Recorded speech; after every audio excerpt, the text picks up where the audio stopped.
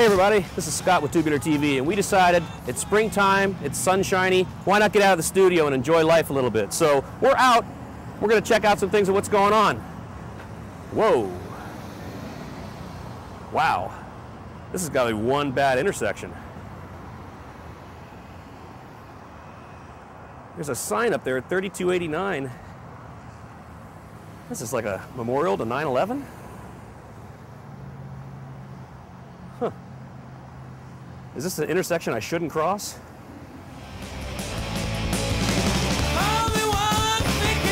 It'll put up a cross for me. Better get across quick.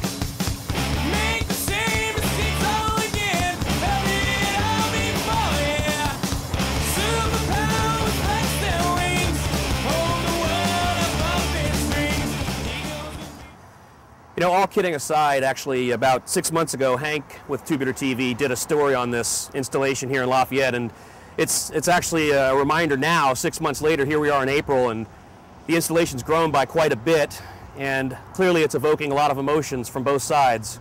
But I think it needs to be looked at. Maybe one day we can actually see the installation go away.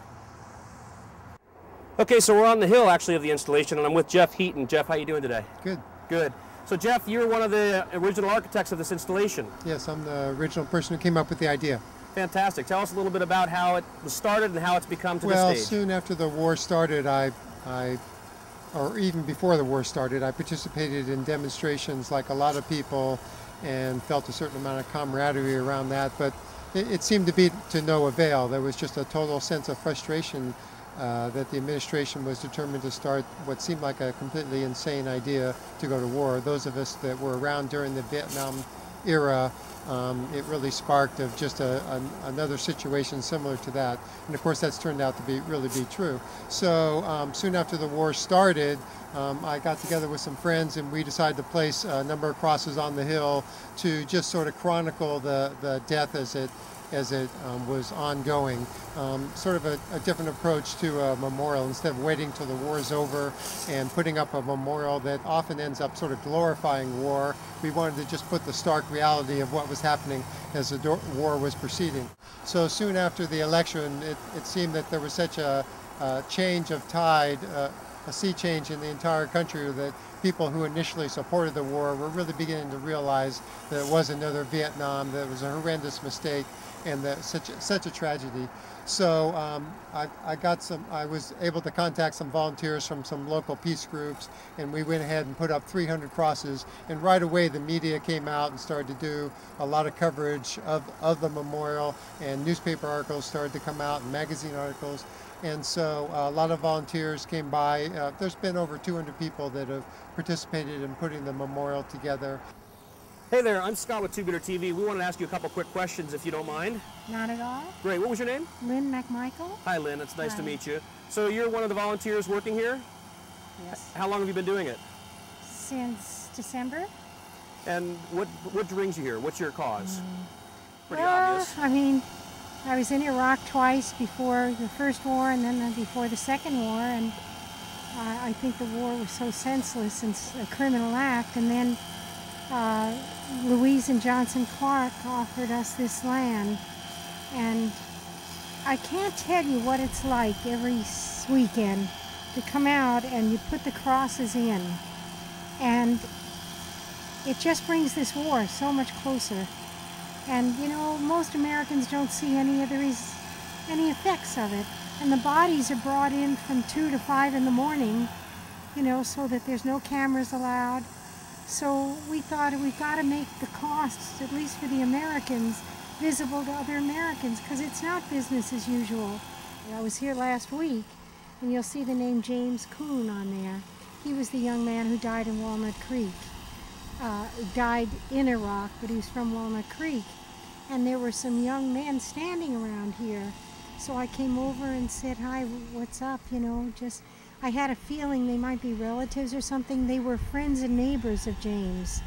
And they tell me that the teacher, his teacher, came and painted his name on the cross.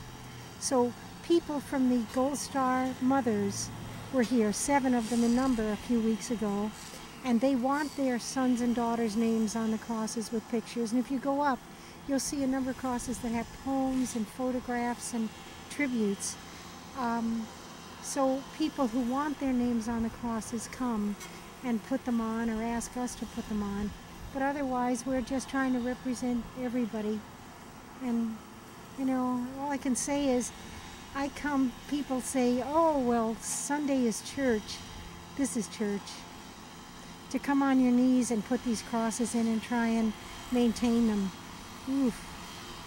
Heather, how you doing? Hi, how are you? My name is Stephen Thaw. I'm from Moraga, California. I'm a licensed painting contractor.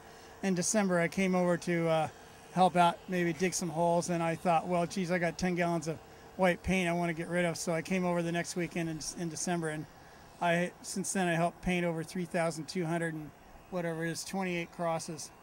So what would be an example of information the media kept out?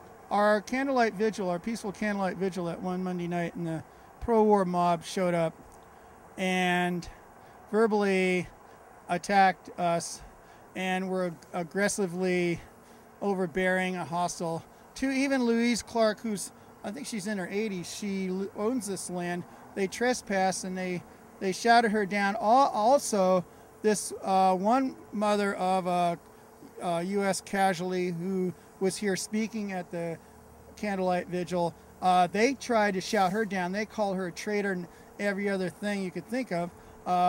That's a big example that the news media did not put on the news. They just, for some reason, they don't want to do that. I mean, the memorial never ceases to cause a lot of emotional turmoil within the people who look at it. I mean, a lot of people respect it as a memorial, and they feel a sincere level of grief and sorrow for the families of the soldiers that have died, and it causes them to sort of think about, you know, the consequences of war, and especially this war. A number of people who are still sort of diehards and still thinking that, you know, we want to have some sort of honorable conclusion to this war, that somehow the original reasons, which turned out to be, you know, misconceptions or outright lies in the first place, somehow all that's going to turn out to be a valid situation, and our soldiers will return feeling rewarded as though this was another example of World War II. And so those people are really angry, and they've expressed a lot of anger, and they've tried to use legal means to stop the memorial and sort of set it back, to no avail. I mean, there's just been a tremendous amount of support for the memorial. Any events to come? Yeah, on Memorial Day we're going to have another vigil here. Vigils have really taken an interesting turn, because normally the vigil, everyone is solemn, you hold a candle, you talk to the people sort of quietly around you. But what's happened is some local groups that are pro-war and advertise themselves as being pro-troop and pro-war have decided to come out and sort of counter protest our vigil. So while we're trying to talk among ourselves or sing songs, they're literally screaming at us, tear the crosses down. So it's created this very interesting contrast of people who are just so angry and totally opposed to the effort that we're putting here, and those people that are supportive of there being peace. And so I'd like everybody to just come out and learn to be strong in the face of people who have a different vision and who are really angry, and think that our foreign policy should be expression of anger and rage towards other countries. I mean, I see it as really connected. And so in some ways, instead of being passive aggressive towards another country, you know, if people want to come here and scream at us, I think that's great. I think it needs to get expressed and get it out in the open. And the vision I have is that there'll come a point where we can just start taking all these crosses down, because the troops are finally coming home.